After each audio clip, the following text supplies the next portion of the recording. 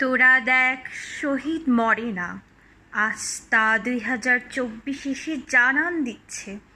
আজ শহীদ জেগে আছে, দিচ্ছে স্লোগান, জাগো জাগো জাগতে হবে, আর না আর না। সেই শহীদ রক্তে বয়ে যাচ্ছে তার পরিবার, আস্থা প্রমাণ দিচ্ছে।